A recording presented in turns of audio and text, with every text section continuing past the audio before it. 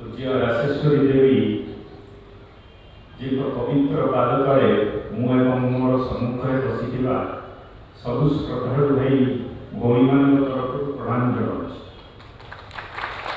उपनिषद ज्ञानामृत आज एक विदायी संध्यारे आपण मानकर हृदय आम समस्त भावुक एवं भावप्रवण हो उठुछि।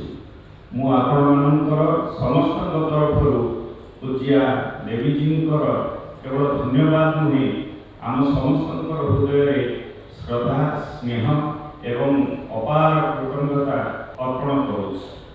देवीजी श्रीमुखरु विगत 10 दिन धरी आम जहाँ शुणिलु जहाँकि अनुभव कलु से केवल प्रवचन नथिला, से थिला एक आत्मीय यात्रा।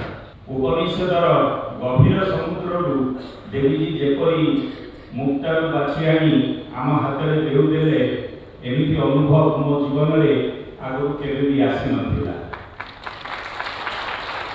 जेउ वेद उपनिषद कथा को आमे कठिन अत्यंत क्लिष्ट बोली कही देवीजी से जटिल ज्ञान को मार स्नेह भली सरल करी आम हृदय अति सरल भाव में धारण कराइदेले। कथा प्रवचन केवल शब्द नथिला, ताहा एक अनुभूति, ताहा साधनार शक्ति, श्रीकृष्ण भक्तिर मीठा सुगंध।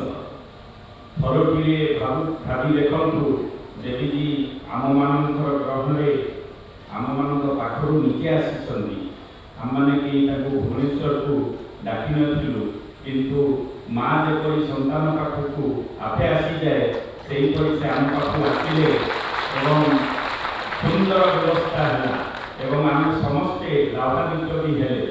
एठारे एते सुंदर व्यवस्था आम देखुचे, पैंडल सजासजी, लाइट साउंड, बसवार एते बढ़िया सुविधा सबकि निज उद्यम जो आम मध्य कहीं भाग नहीं ना, केवल आम मंगल आम कल्याण एते बड़ त्याग एमती निस्वार्थ भाव सेवा मु आगु केवे भी देखी नी।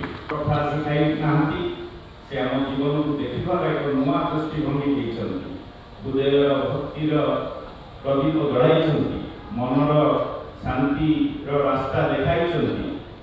10 दिन आम समस्ते जो ज्ञान पाइलु से आमको निश्चित भाव में सारा जीवन में दिग्दर्शन देवे। आज मु आपण समस्त पक्षर पूज्या देवी जी को अनुरोध करुच्ची से प्रतिवर्ष यह भुवनेश्वर को आसतु एवं जेभली भावे आम एठारे